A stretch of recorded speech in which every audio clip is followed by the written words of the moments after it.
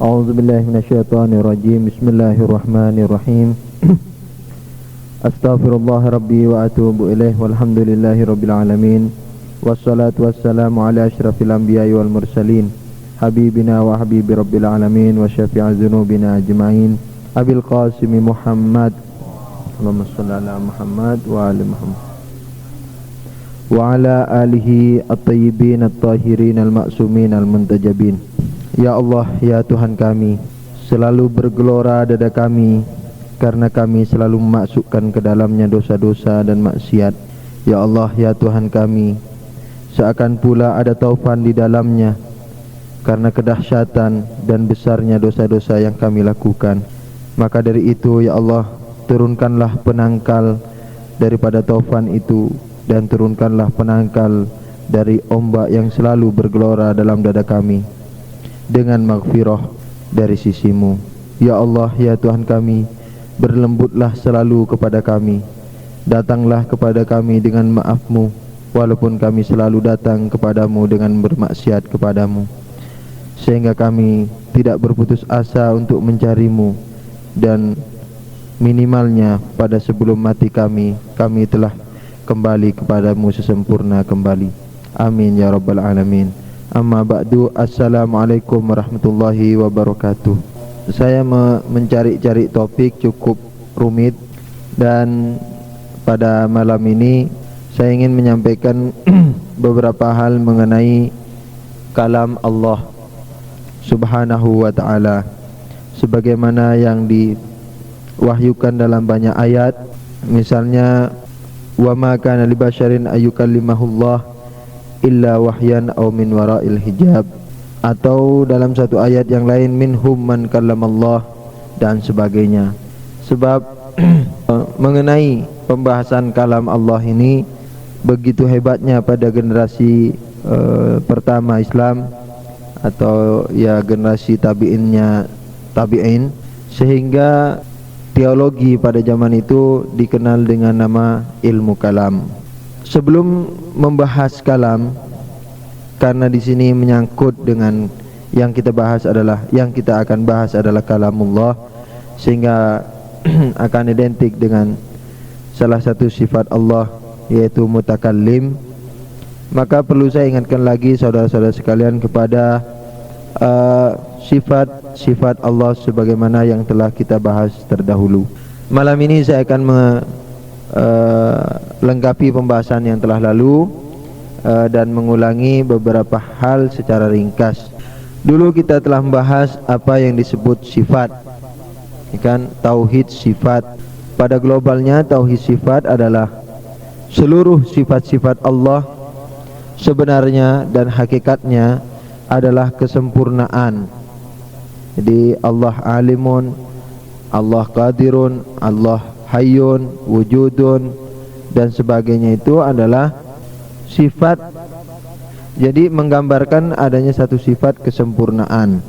Kemudian sifat kesempurnaan ini tidak beda dengan zatnya, ya kan? Jadi sifat Allah pada hakikatnya, seluruh sifat Allah yang banyak itu, yang 8, ada yang mengatakan 20, ada yang 100, ada yang 99, itu seluruhnya dicakup oleh satu sifat, yaitu sifat kamal, yaitu sempurna. Dan sifat sempurna ini sebenarnya tidak beda dengan diri atau nafsullah, atau dengan hakikat Allah Subhanahu wa ta'ala. Jadi yang disebut tauhid sifat dalam Ahlul Bait mengakui dengan kesadaran bahwa sifat Allah pada hakikatnya sama dengan zat Allah, zat Allah sama dengan sifat Allah, dan dalil-dalilnya sudah dirinci pada tempatnya. Ada satu tinjauan global mengenai sifat ini sebagai pendahulu daripada pembahasan sifat-sifat Tuhan, yang waktu itu saya belum sempat, atau mungkin sengaja saya tinggalkan demi keringkasan pembahasan. Dalam pembagian sifat-sifat ada yang disebut sifat dzatiyah dan sifat idhofiyah. Sifat dzatiyah ciri-cirinya seperti tadi itu, yaitu dia ini, yakni sifat-sifat ini sama dengan zat Allah, tidak beda. Kemudian sifat dzatiyah ini dipahami atau diambil pemahamannya dari zat itu sendiri. Ini begitu membayangkan Allah Subhanahu wa taala. Dengan membayangkannya kita mengambil atau menarik suatu kesimpulan sifat, kesempurnaan semacam hidup, wujud dan sebagainya. Itu sifat dzatiyah. Nah, sifat dzatiyah itu sifat dzatiyah ini ainu adzat. Ya kan? Jadi sifatuhu ainu dzatihi. Biasanya begitu. Sifatnya adalah hakikat zatnya itu, tidak berbeda. Ada lagi sifat idhofiyah. Nah, sifat idhofiyah ini ciri-cirinya dia ini bukan nafsu zat, ini bukan hakikat zat. Sifat ini hanya bersifat akli, hanya bersifat pemahaman. Yani ketika manusia membayangkan Allah dan makhluknya, ketika kita membayangkan Allah dan makhluknya, kita akan menarik satu kesimpulan sifat, yaitu sifat Khaliq. Begitu kita membayangkan Allah dan yang makhluknya yang diberi rezeki, kan? Allah dan yang diberi rezeki kita bayangkan, kita akan menarik suatu kesimpulan sifat juga yang biasa disebut misalnya Razzaq. Sehingga Allah bersifat Khaliq dan Razzaq.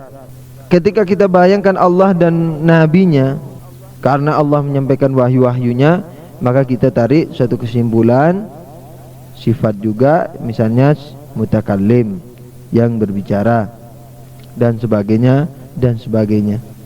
Sifat ini timbul dari pemahaman kita ketika kita ketika kita menghubungkan antara Allah Subhanahu wa taala dan makhluknya. Yang kita katakan Khaliq ini atau Razzaq ini, Razik atau ya, kemudian Ghafur, Rahim, semua sifat-sifat ini sebenarnya hayali, hanya ada dalam akal. Pada kenyataannya tidak ada. Jadi Khaliq ini tidak menceritakan suatu wujud gitu loh. Khaliq, Maha Mencipta, ini tidak menceritakan suatu wujud di luar, tidak menceritakan suatu wujud. Tidak sebagaimana Allah misalnya alim, Allah misalnya qadir, Allah misalnya hidup. Nah, ketika kita mensifati Allah dengan hidup, hidup ini menceritakan suatu keberadaan. Dia memang ada, dan adanya itu adalah diri Allah itu sendiri, tidak ada beda. Sedangkan sifat Khaliq ini yang kita fahami sebagai pencipta ini, yang kita pahami ini tidak menceritakan suatu keberadaan. Jadi dia ini tidak ada, adanya hanya dalam akal kita. Kapan bayangan ini timbul? Ketika kita membayangkan Allah dan makhluknya, timbullah suatu sifat, kita tarik kesimpulan sifat yang namanya misalnya Khaliq. Biasanya ini kurang lebih disebut dalam filsafat misalnya fahaman intizai. Fahaman intizai itu maksudnya fahaman yang disimpulkan gitu. Dia tidak menggambarkan sesuatu, tapi dari sesuatu yang ada itu, misalnya A disimpulkan suatu kesimpulan misalnya universal, bukan A-nya itu sendiri. Jadi sifat Maha Pencipta ini atau mutakallim dan sebagainya itu adalah sifat yang kita bayangkan sendiri. Dia tidak menceritakan suatu apa. Nah, ini karena dia tidak menceritakan suatu wujud, maka tentu hal ini tidak bisa kita samakan dengan zat Allah. Tidak sebagaimana misalnya hidup dan sebagainya. Hidup adalah sifat, cerita, kepahaman kita ini tentang hidup menceritakan suatu keberadaan suatu sifat, yang sifat itu pada hakikatnya adalah ia sendiri. Nah, kemudian terus bagaimana sifat Khaliqiyah ini? Apa betul-betul tidak ada atau ada tapi dari sisi lain? Jawabannya adalah ada, cuman harus diproses dulu sifat Khaliqiyah ini. Jadi Khaliqiyah itu sendiri, Khaliq itu sendiri tidak ada, adanya hanya dalam akal. Tetapi Khaliq ini menjadi ada ketika kita hubungkan dengan hal-hal lain, yang hal lain itu adalah diri Allah Subhanahu wa taala atau dari sisi sifatnya, yang mana sifat itu ainud zat. Misalnya sifat-sifat dzatiyah Allah salah satunya qadir. Ini berkehendak, berkuasa, maaf, ya, ini punya kekuasaan. Qadir itu punya kekuasaan bertindak. Ketika maha kuasa ini kita pahami dan kita lihat makhluk yang memang mungkin Allah ciptakan dan bahkan itu tidak sulit, idza arada syai'an yaqulu lahu kun fayakun, maka dari sisi ini maka Khaliq itu sebenarnya merupakan sifat yang beranjak dari sifat Qadir. Jadi Khaliq itu tidak ada. Khaliq itu kita ambil dari cahaya sifat Allah, yang sifat ini kita sebut Qadir. Allah maha kuasa. Karena Allah maha kuasa, maka kuasa pula Allah mencipta. Maka itu takwil daripada Khaliq nanti larinya kepada Qadirun lil khalaq. Jadi Allah punya kuasa untuk mencipta. Itu sifat maha mencipta itu tadi. Dengan demikian maka sifat itu ada ketika sudah kita larikan kepada sifat dzatiyah ini, maka sifat itu, sifat idhofiyah ini menjadi ada, tapi dari sisi kalau kita kembalikan kepada sifat dzatiyah. Begitu juga semacam mutakallim yang akan kita bahas pada malam ini. Mutakallim itu tidak bisa sifat ini kita pahami kecuali membayangkan dua, yang bicara dan yang diajak bicara, Allah dan Nabi. Tanpa membayangkan dua ini, kita nggak bisa menarik suatu kesimpulan sifat bahwa Allah itu maha berbicara, mutakallimun. Ini sifat fi'liyah juga disebut, ya. Sifat idhofiyah itu biasanya juga disebut sifat fi'liyah. Dari membayangkan dua wujud tadi, wujud Allah dan wujud Nabi, kita narik suatu kesimpulan sifat yang disebut misalnya mutakallim. Tanpa membayangkan dua ini, sifat mutakallim tidak akan dapat kita pahami. Maka itu dengan membayangkan ini kita membayangkan mutakallimnya itu, kemudian sifat ini kita sebut sifat idhofiyah. Jadi tidak ada, kita saja yang memahaminya begitu. Yani karena Allah menurunkan wahyu sama Nabi, dan Nabi sebagai objek daripada wahyu Tuhan, maka pastilah Tuhan itu mutakallim gitu. Nah, sifat ini harus kita larikan kemana? Larikan ke Qadir tadi. Karena Allah maha kuasa, maka mau apa saja terserah, mau mutakallim, mau bicara dan sebagainya, itu terserah kepada Allah Subhanahu wa ta'ala. Kemudian kalau Anda bertanya, kenapa sih tidak boleh kita mensifati Allah dengan Khaliq, dalam artian bahwa Khaliq itu betul-betul sifat Allah, bukan hanya akal, bukan hanya bersifat akli. Karena kalau mutakallim atau Khaliq itu betul-betul sifat yang wujud, maka Allah itu tidak Allah Subhanahu wa ta'ala ini satu saat bisa lengah, suatu saat bisa, walhasil dia selalu dalam kesibukan, artinya dalam gerak gitu. Kalau dalam filsafat disebut selalu bergerak. Misalnya begini, kemarin fulan tidak diciptain, sekarang diciptain sama Allah. Istilahnya kemarin tidak nyipta, sekarang mencipta, ya, kerja. Dan ini mustahil bagi Allah, ya kan? Kenapa? Karena dia sudah sempurna mutlak, enggak perlu lagi menyempurnakan dirinya dengan misalnya pekerjaan itu. Dalam filsafat, sesuatu yang mungkin dilakukan, sebelum dilakukan itu bukan kesempurnaan, setelah dilakukan baru sempurna gitu. Jadi misalnya ini ada nasi ini, saya mampu makan ini, tinggal makan aja, tinggal kunyah kan. Tapi sebelum saya kunyah, saya belum mempunyai kesempurnaan. Ketika saya mengkunyah nasi ini, itu sempurna.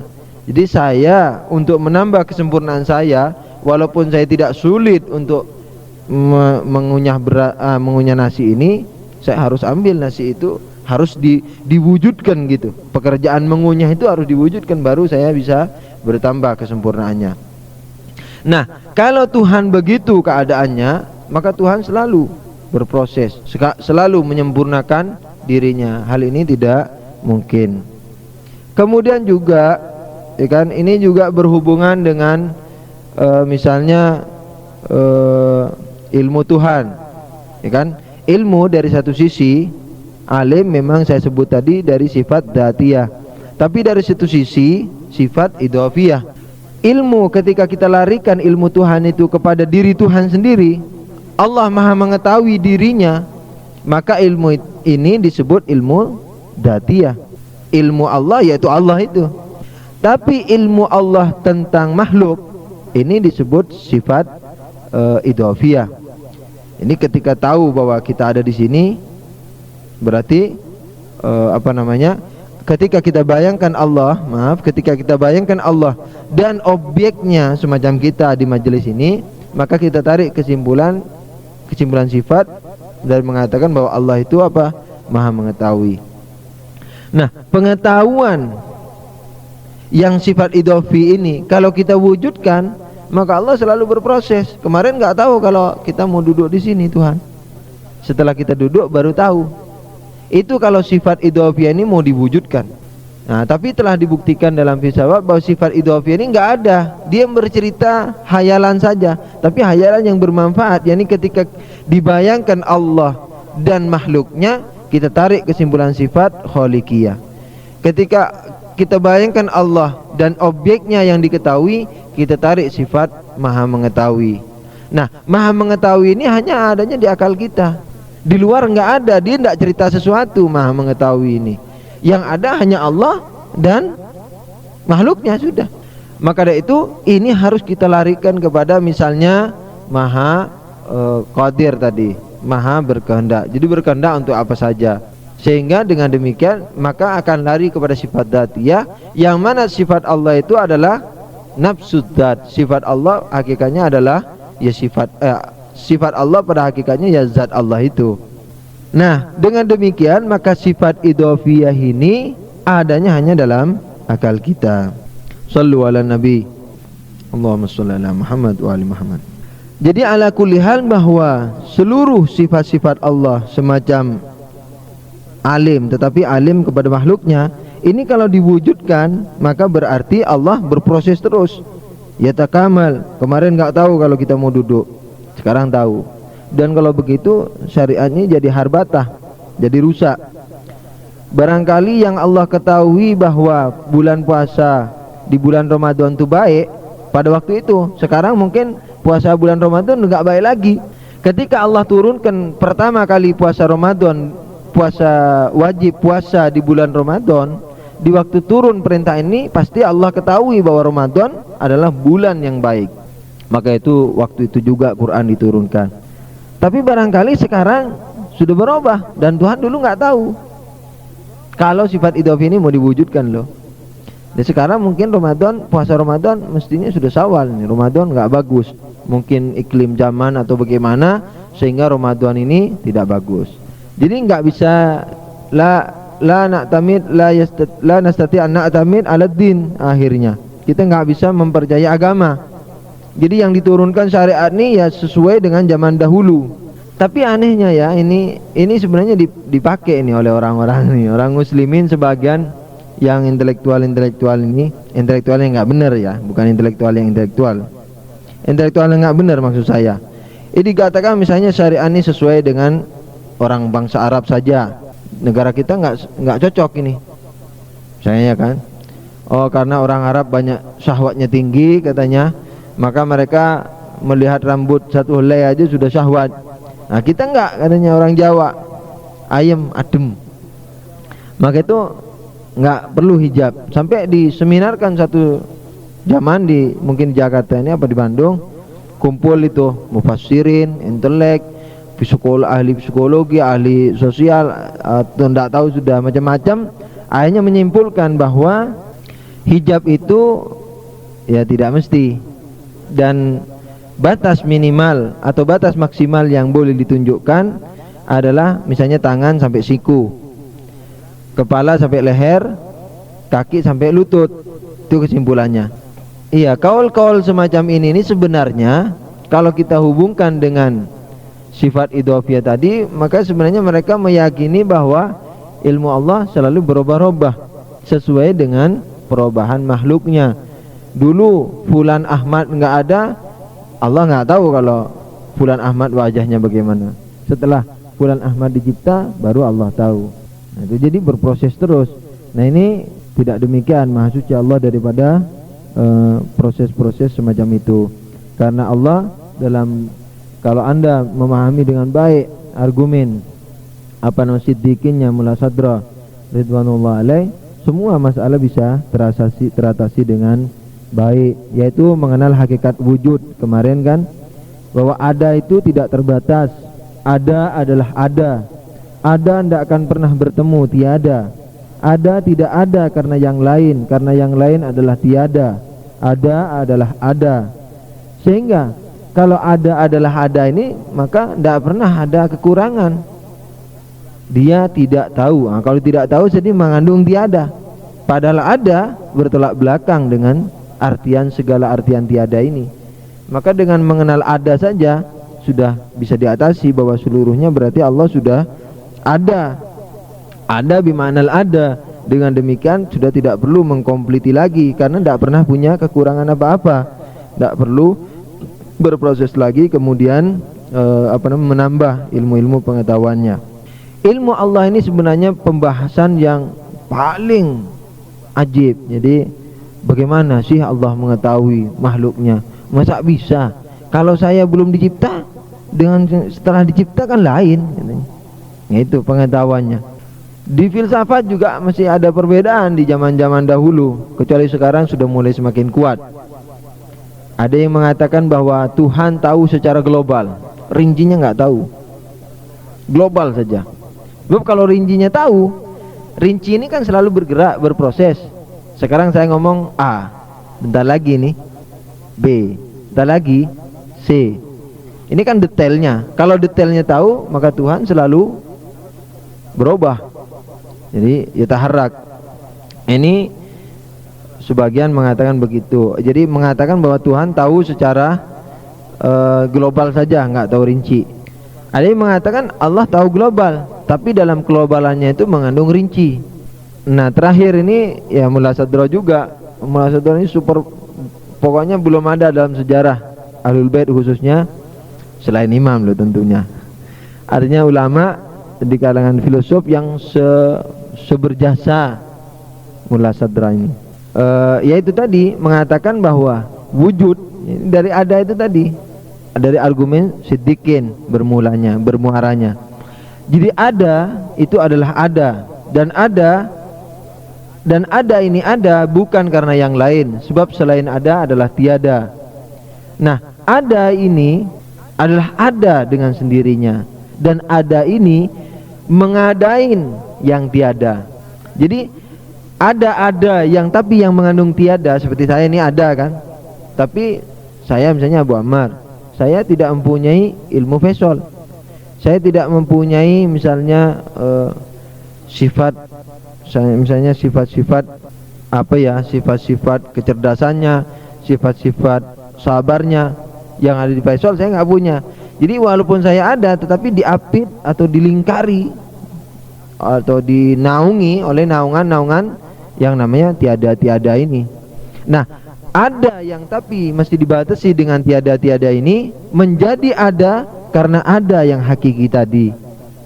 Nah, dengan demikian ada yang hakiki itu adalah sebab bagi seluruh ada-ada yang diitari atau dilingkari dengan tiada.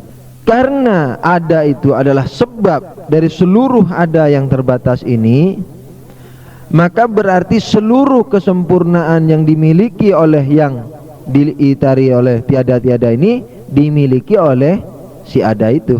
Maka dari itu ketika ada ini mengetahui dirinya, berarti mengetahui seluruhnya. Jadi ilmu Allah tentang diri Allah itu sudah cukup untuk mengetahui detailnya seluruh keberadaan yang dilingkari oleh tiada-tiada ini. Kenapa? Karena dia adalah sebabnya, dan akibat, seluruh kesempurnaan akibat itu tidak bisa didapat kecuali dari sebabnya. Maka itu seluruh dan akibat ini selamanya masih memerlukan kepada sebab, tidak bisa memisahkan diri. Karena Tuhan sebab dari seluruh kejadian, ya kan? Dia adalah sebabnya, jadi bermuara kepadanya seluruh keberadaan yang diapit oleh tiada-tiada ini. Maka berarti kesempurnaan seluruh ada yang diitari oleh tiada ini dimiliki oleh Allah Subhanahu wa taala sebagai sebabnya. Maka itu Allah mengetahui dirinya, ya kan tidak berubah. Dan ketika mengetahui dirinya berarti mengetahui makhluknya secara detail. Itu pendapat yang paling, sebenarnya dalam beberapa tempat di lain tempat Munasadroh membuktikan bahwa ilmu tidak bisa bersentuhan dengan material secara langsung. Dari sisi ini aja kekurangan daripada beliau mengenai ilmu Allah Subhanahu wa taala ini. Maka sekarang sudah disempurnakan oleh tokoh-tokoh, misalnya Syekh Muhammad Taqi Ja'fari atau filosof-filosof yang lain, mungkin juga Izam Tahari atau Allamah Tabatabai, yaitu dengan menyempurnakan bahwa ilmu tentang ilmu ini bermuara kepada satu kaidah yang memang dari dulu sudah ada. Jadi bahwa ilmu ada husuli, ada huduri. Ilmu husuli, Anda tahu bahwa ilmu husuli ini didapat melalui panca indera. Ini ketika saya melihat tip ini, cahaya tip ini disadap oleh mata, dikirim ke syaraf otak, dari otak dikirim ke roh. Itu ilmu husuli. Jadi ilmu husuli ini bukan objeknya. Ilmu yang ada di benak kita tentang langit misalnya, itu bukan langit. Dia adalah kopi, fotokopi katakanlah daripada langit itu sendiri. Itu ilmu husuli. Panas yang kita ketahui bukan panas yang sebenarnya. Panas yang sebenarnya enggak pernah kita ketahui. Yang kita ketahui, yang kita rasakan adalah panas yang kopiannya itu, yang kita ketika kita bayangkan panas, maka kita tidak akan panas. Jadi otak kita enggak masak. Ada ilmu huduri. Jadi kalau ilmu husuli gambarnya, jadi gambaran sesuatu yang datang. Tapi kalau ilmu huduri sesuatunya yang datang, bukan gambarnya lagi. Semacam kita misalnya merasa lapar. Ketika kita merasa lapar, maka lapar itu yang datang kepada kita, bukan gambaran laparnya. Ketika kita marah, ketika kita jatuh cinta misalnya, cinta itu sendiri yang datang ke roh kita, ke jiwa kita. Itu ilmu huduri. Nah, ilmu Allah atau semua ilmu daripada yang non material itu dari jenis ilmu huduri, karena mereka enggak perlu kepada mata, telinga, hidung dan sebagainya untuk membau dan sebagainya, tapi mereka adalah non material yang tidak memerlukan kepada alat-alat itu, sehingga dalam mengetahui segala yang diketahui adalah dengan ilmu huduri. Berangkat daripada ilmu huduri ini, maka ketika Allah mengetahui makhluknya, itu tidak hanya esensi daripada material, tetapi material itu sendiri diketahui oleh Allah Subhanahu wa taala dengan ilmu huduri. Ala kulli hal, kembali kepada masalah yang kita akan bahas ini, yaitu sebagai salah satu sifat Allah sebagai mutakallim. Kemudian apa sih kalam itu? Mungkin kalau kalam dalam bahasa nahwu apa misalnya? Saya sudah dalam kalamun lafzun mufidun kastaqim. Kalam adalah lafaz yang mufid seperti kalimat istaqim. Kalam yang mufid itu yaitu alladzi yahsunus sukut ilai. Jadi kalau ada orang ngomong kita enggak perlu tanya lagi. Itu disebut kalam. Saya mau pergi ke pasar. Tapi kalau saya mesti tanya kan? Ngapain? Tapi kalau ngomong saya mau ke pasar, itu sudah orang sudah tidak tanya lagi. Itu disebut kalam. Atau dalam ilmu mantik, ketika mereka membahas wujud, wujud itu dibagi kepada 4, kepada 2 secara global. Wujud hakiki sama wujud i'tibari. Wujud hakiki adalah wujud yang sungguhan, wujud yang i'tibar ini wujud buatan, wujud kesepakatan, wujud yang diwujudkan, yang dihayal-hayalkan, yang disepakati. Wujud beneran ini ya kayak ini tape record, Al-Quran yang ada di depan kita, kita sendiri, karpet, langit, bumi, itu ada yang beneran, ada yang memang ada. Tapi ada sesuatu yang diadain, dia ini nggak ada, dia hanya kita sepakati aja. Seperti apa? Seperti bahasa. Saya ini dulu kalau ada orang ngomong saya di waktu masih tidak ada zaman, tidak ada, misalnya saya ini ya, saya terus ngomong di negeri Arab, orangnya bingung, saya ini apa? Orang seperti kita mendengar apa? Orang punya kata-kata gitu. Kita nggak paham apa itu, nah, kan? Jadi dia bukan mengandung makna apa-apa, cuman terus disepakati. Yuk kata-kata artinya nasi, godok-godok, lauk. Kata-kata godok-godok ini nasi sama lauk. Namanya gitu. Kalau gitu, kalau dimaknain begitu, akhirnya jadi makna dia. Saya ngomong ini sebenarnya mengambil manfaat dari wujud yang kita ngadain sendiri tuh, yang kita wujudkan sendiri, kita buat sendiri dengan kesepakatan. Dia bukan wujud hakiki. Nah, wujud hakiki, kenapa kita perlukan wujud yang buatan ini?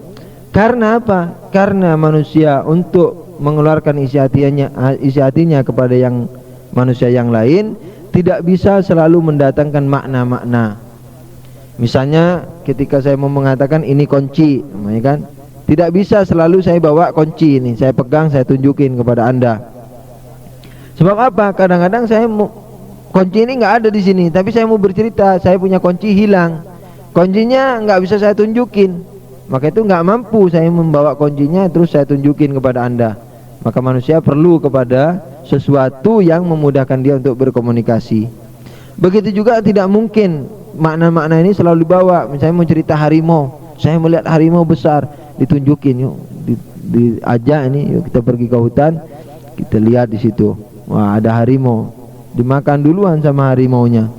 Jadi mustahil kita selalu membawa makna-makna itu. Maka itu manusia bersepakat untuk membuat satu kesepakatan yang memudahkan mereka dalam berkomunikasi, yang akhirnya walhasil semua itu karya mereka yang didukung fitrah yang memang sudah dibekali oleh Allah Subhanahu wa taala. Akhirnya mencuatlah apa yang disebut bahasa. Nah, dengan artian ini maka bahasa itu adalah melahirkan atau menunjukkan, memberitakan apa yang ada dalam dada kita, yang ada di benak kita kepada orang lain dengan apa? Dengan rangkaian-rangkaian kata-kata. Itu bahasa. Tetapi ini kalamnya. Tapi kalam ini akhirnya berkembang. Banyak orang yang tidak ngerti bahasa. Ketika orang Inggris ketemu sama orang Jawa, wah repot, nggak bisa ngomong. Akhirnya mereka mempunyai kesepakatan lain, tapi yang tidak berupa suara, berupa isyarat. Nah, misalnya kalau mau makan kita pegang itu ya, tangan kita bentukkan dalam posisi tertentu, terus kita dekatkan ke mulut supaya memahamkan bahwa mau makan. Atau orang bisu. Nah, akhirnya hal itu disebut juga sebagai kalam. Walhasil akhirnya kalam itu ya tawassa maknanya. Jadi diperluas makna daripada kalam ini. Yang tadi kalam hanya rangkaian bahasa dan sebagainya, ya kan, untuk menunjukkan makna yang ada dalam dada kita, ini diperluas, yaitu apa? Sesuatu yang dapat menggambarkan sesuatu yang lain, itu hanya disebut kalam. Sesuatu yang dapat menggambarkan sesuatu yang lain. Kata-kata kita juga disebut kalam karena menggambarkan maksud dalam dada. Isyarah itu juga merupakan kalam karena dia menggambarkan suatu maksud. Nah, ini diperluas, yaitu makhluk atau akibat, itu juga disebut kalam akhirnya oleh para filosof. Kenapa? Karena akibat itu menandakan adanya sebab. Seperti sinar matahari. Ketika kita lihat sinar matahari, kita diberitahu seakan-akan oleh sinar matahari itu bahwa matahari telah terbit. Nah, akhirnya seluruh sebab seluruh akibat adalah merupakan kalam. Maka dari itu dunia dan seisinya ini disebut kalamullah juga. Kenapa? Karena alam ini menceritakan adanya Allah Subhanahu wa taala. Maka itu disebut kalamullah. Walhasil kesimpulan sementara dari kalam ini adalah ada kalam dengan huruf, ada dengan tulisannya, cuma tidak disebut tadi, ada dengan isyarah, dan ada dengan ma'lul atau dengan yang namanya akibat yang menceritakan akan adanya suatu sebab. Ini satu bentuk daripada pembahasan kalam yang secara falsafi. Maka itu kalau Allah mengatakan dalam Al-Quran misalnya wa minhum man kallamallah, dan sebagian daripada nabi itu Allah ajak mereka bicara, maka terserah mau dengan apa Allah berbicara dengan mereka. Mau menciptakan suara yang kemudian dikeluarkan lewat pohon sebagaimana yang dilihat oleh dan didengar oleh Nabi Musa alaihissalam, atau pakai malaikat, atau pakai apa saja, itu terserah kepada Allah Subhanahu wa taala, dan seluruhnya masih mungkin di kalam itu. Maka itu jangan heran kalau Anda misalnya di hadis Ahlul Bait ketika Nabi Isra dan Allah mengajak bicara Nabi dengan suara Ali bin Abi Thalib alaihissalam. Nah, orang mengira wah ini syirik. Allah berbicara dengan Rasulullah memakai suara Ali bin Abi Thalib. Wah, ini melebih-lebihkan Ali daripada Nabi, ya kan? Menuhankan Ali, padahal tidak. Bicara seperti tadi itu. Yang penting sesuatu itu menunjukkan sesuatu yang lain. Jadi memahamkan Nabi akan maksud Allah Subhanahu wa taala. Terserah Tuhan mau pakai apa. Mau pakai suara, mau pakai apa, mau pakai wahyu, mau pakai alamat-alamat dan sebagainya, terserah kepada Allah Subhanahu wa taala. Nah, bi'tibar atau dari sisi Allah menghendaki berbicara dengan Nabi memakai suara, dan Allah sangat cinta kepada Nabi Muhammad dan memanjakan Nabi Muhammad, maka Allah mencari suara yang sangat disukai Nabi Muhammad sallallahu alaihi wasallam. Dan Rasulullah tahu bahwa suara yang paling disukai oleh Rasulullah adalah suara penggantinya sebagai pemimpin, ya, bukan sebagai nabi, yaitu Ali bin Abi Thalib. Maka itu Allah ciptakan suara yang sama dengan suara Ali bin Abi Thalib alaihissalam. Memang, tapi ini hadis ini disaingi juga oleh kalangan ammah, oleh saudara kita Ahlussunnah wal Jamaah, sehingga saya pernah mendengar bahwa ada hadis mengatakan di dalam Isra, di waktu Mi'raj, ya, Allah berbicara kepada Rasulullah dengan suara Abu Bakar As-Siddiq. Ada begitu, saya pernah mendengar. Jadi ini riwayat-riwayat saingan banyak, ya. Macam ada hadis Hasan wa Husain Sayyidah Syababi Ahlil Jannah, Hasan dan Husain penghulu pemuda surga, disaingi dengan hadis Abu Bakar wa Umar Sayyidah Suyuhi Ahlil Jannah. Abu Bakar dan Umar penghulu daripada orang-orang tua di surga. Mereka lalai bahwa di surga nggak ada orang tua. Ya kan, semua syabab di sana. Kalau tua rentawa nggak asyik. Ya, Sayyidah Kuhuli Ahlil Jannah. Ada yang itu. Ada lagi hadis saingan juga. Ana Madinatul Ilm wa Aliun babuha. Saya kota ilmu dan Ali pintunya. Ada hadis saingan. Ana Madinatul Ilm wa Aliun babuha wa Abu Bakar jidaruha wa Umar sakafuha. Nah, iya. Saya kota ilmu, Ali pintunya, Abu Bakar temboknya, dan Umar atapnya. Komplit, ya. Iya, walhasil hadis-hadis saingan itu memang banyak. Iya, memang hadis itu menandakan hadis lemah, sebab tidak ada, iya. Padahal kota kan, Ana Madinah. Jadi kota nggak ada yang ditembok, kecuali di Cina itu pertama kali itu. Nembok itu pun tidak seluruh, dia hanya perbatasan aja. Tuh. Sekarang jadi tembok terpanjang di dunia. Jadi nggak ada kota yang ada temboknya kemudian diatapi. Nanti kalau hujan keke. Ya mungkin. Atau kota bawah atau kota yang ada di bawah laut. Ala kulli hal. Kemudian ada satu diskusi lain mengenai kalam ini, yaitu apakah kalam ini qadim apa hadis. Ada satu kelompok yang biasa disebut Asy'ariyah mengatakan qadim, tetapi mereka mengatakan bahwa kalam ini adalah makna-makna yang ada di dhihni, makna-makna dhihni, makna-makna akli. Jadi misalnya ada kan kita mengatakan gunung, dalam akal kita ada pemahaman gunung itu. Yang disebut kalam ini adalah pemahamannya itu, kata si Asy'ariyah ini. Dan ini semuanya adalah ilmu, dan ilmu ini adalah milik Tuhan Subhanahu wa ta'ala. Maka itu dia qadim karena Tuhan qadim. Untuk Asy'ariyah ini jelas kita tidak bisa menerimanya, karena dalam tauhid dzati, dalam tauhid sifati, kita telah membahas secara detail bahwa kalau sifat Allah qadim, kalau sifat Allah tidak sama dengan zat Allah, misalnya Allah alimun, Allah sendiri alim sendiri, ya kan? Maka kita bisa pertanyakan itu, si alim ini, sifat Tuhan ini, apakah dia berdiri sendiri atau tidak?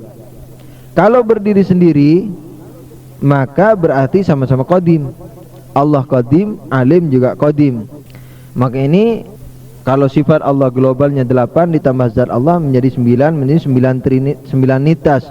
Suruh 9 kuda qadim ngumpul jadi satu. Kalau hadis berarti Tuhan yang menciptakan, ini lebih batil lagi, karena Allah memerlukan kepada makhluknya. Berarti kalau Allah supaya alim menciptakan sifat alim dulu, kemudian sifatnya ini dipakai, berarti Allah memerlukan kepada makhluknya. Ini secara detail sudah kita bahas dulu.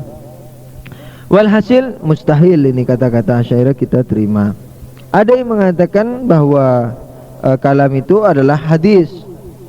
Kalam adalah hadis, ya kan? Dan ini juga dikaulkan oleh Mu'tazilah, begitu juga oleh ulama kita Syiah, bahwa sebagaimana kembali kepada kalam yang tadi adalah suatu wujud yang menggambarkan suatu yang lain, baik makna atau apa saja, baik makna atau sebab, maka seluruh keberadaan itu adalah selain Allah Subhanahu wa taala. Dan tidak bisa kita katakan qadim. Mereka seluruhnya adalah makhluk Allah Subhanahu wa taala, sebagaimana misalnya suara yang diciptakan Allah untuk yang dikeluarkan lewat pohon, kurang lebih demikian di waktu mengajak berbicara Sayyidina atau Nabi Musa alaihissalam di Turi Sina. Ala kulli hal, itulah barangkali yang dapat saya sampaikan mengenai ini. Mungkin dapat diperkembangkan lagi dalam dialog kita. Sallu ala Nabi, Allahumma shalli ala Muhammad. Mungkin anda deh tanya. Pertama mengenai sifat Allah. Bagaimana ketika kita berdiskusi, kemudian datang satu orang dan mengaku mereka hidup pada tahun 2500 yang akan datang, seperti kita lihat di film-film, dan ini banyak, terutama film yang kemarin baru disiarkan di RCTI Terminator ya. Kita bagaimana enggak menceritakan itu film, tapi dalam gambaran itu bahwa makhluk yang akan datang bisa melompati zaman yang lalu. Ini menggambarkan bahwa manusia pada saat ini dapat berhayal atau mengolah pikirnya sehingga dia bisa mengetahui, paling tidak merekayasa masa yang akan datang. Hal ini juga kita bisa dapatkan di Al-Quran, riwayat tentang Nabi Khidir dengan Nabi Musa, atau wali Khidir dengan Nabi Musa.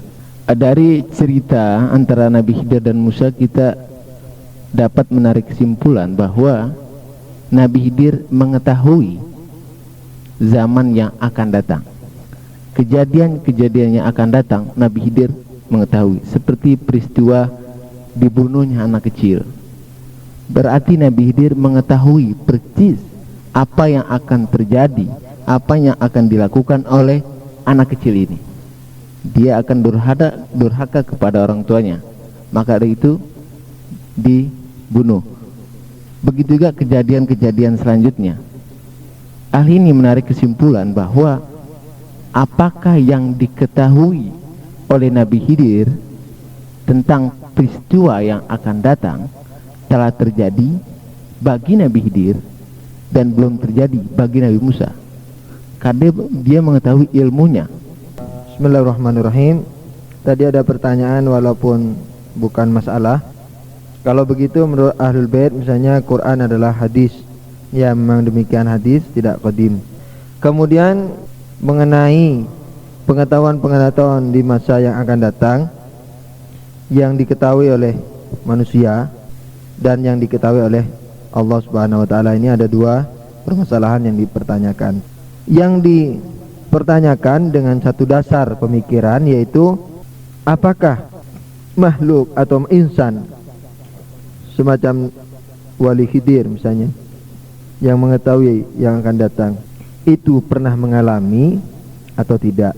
Yang bisa saya jawabkan adalah Nabi Khidir tidak mengalami apa yang diketahuinya di masa yang akan terjadi. Namanya saja sudah akan terjadi. Jadi bagi Nabi Khidir sendiri belum hal itu terjadi. Bagaimana dengan halnya mengetahui di masa yang akan datang? Apa itu mungkin? Hal itu mungkin saja terjadi. Jadi bisa itu terjadi, dan di Islam juga dikuatkan hal yang semacam itu.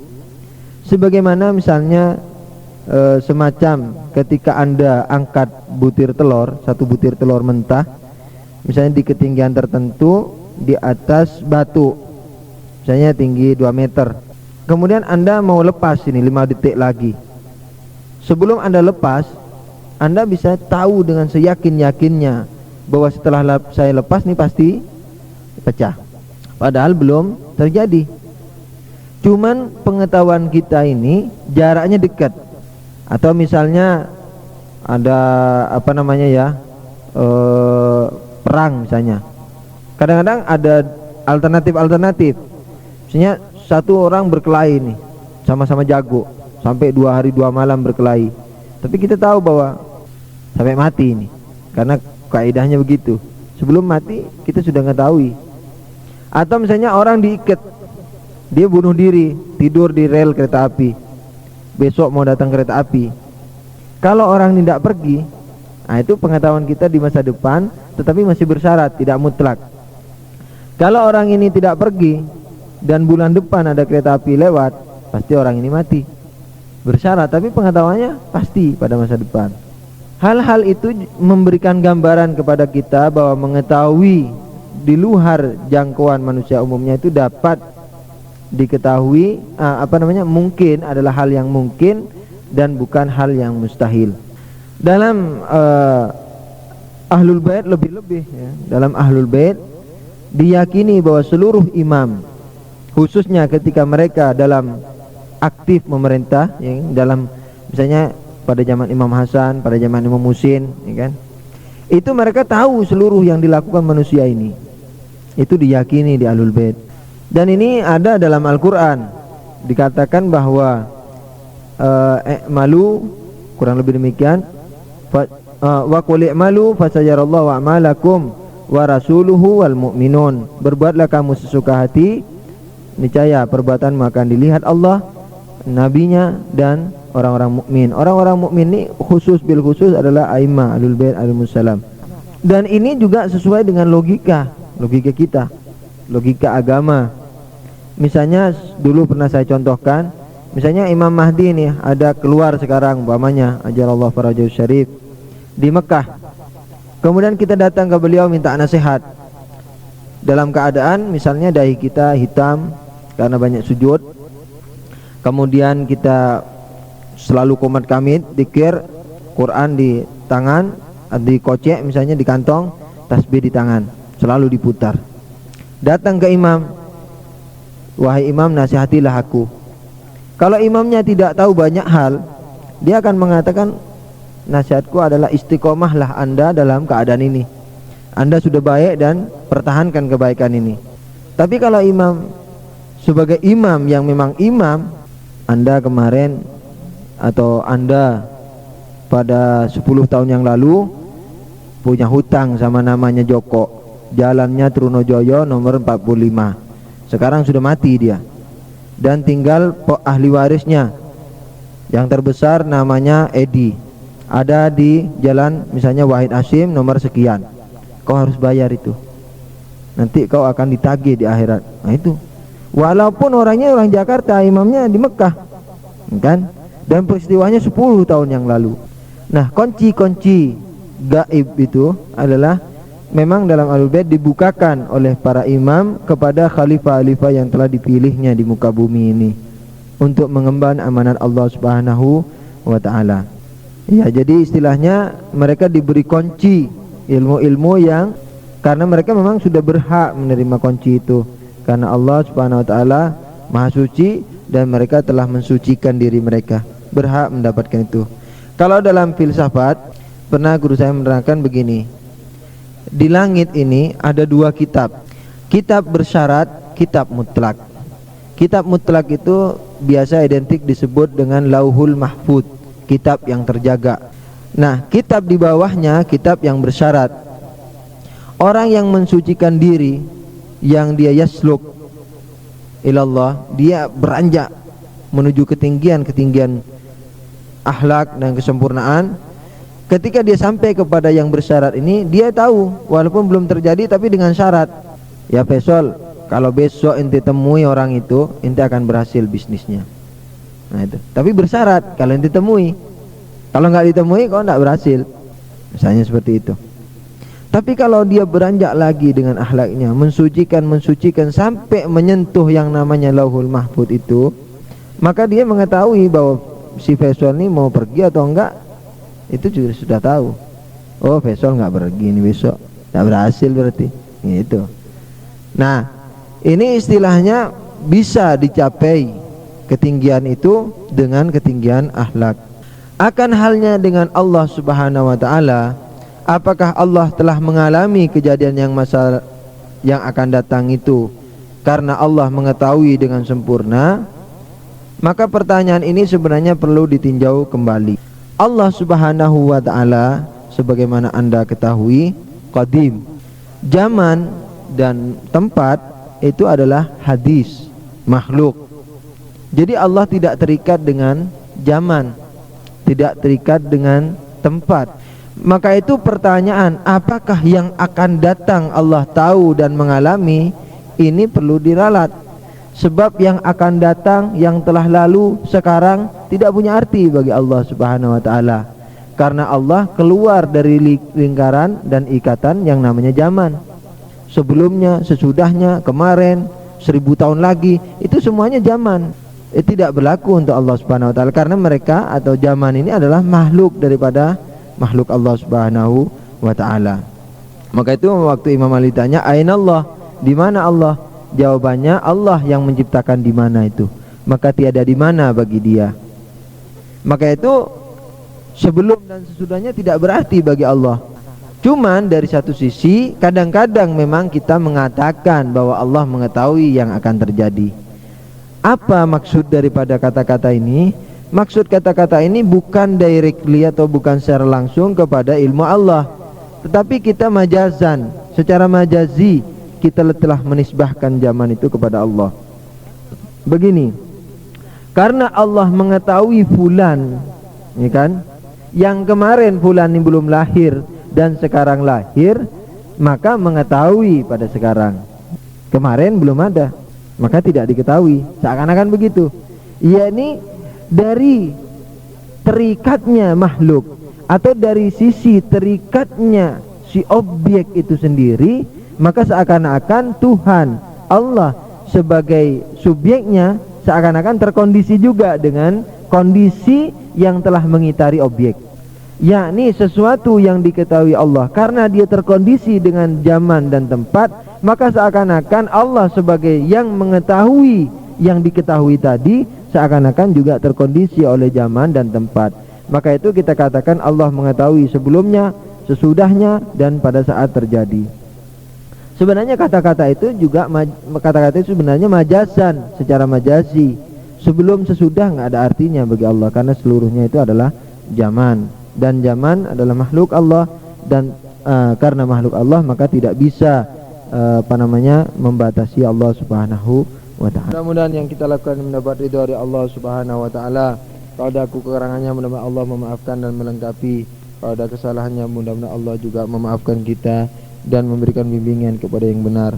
Ya Allah, tunjukkanlah kebenaran sebagaimana ia kebenaran, dan berilah kekuatan mengamalkannya, dan berilah kekuatan untuk memahami kejahatan sebagaimana ia kejahatan, dan berilah kekuatan untuk menjauhinya. Ya Allah, ampunkanlah dosa kami yang selalu kami tumpuk ini. Amin ya rabbal alamin. Walhamdulillahirabbil alamin. Sallallahu ala Muhammadin wa alihi tahirin. Shalawat. Allahumma shalli ala Muhammad wa ali Muhammad.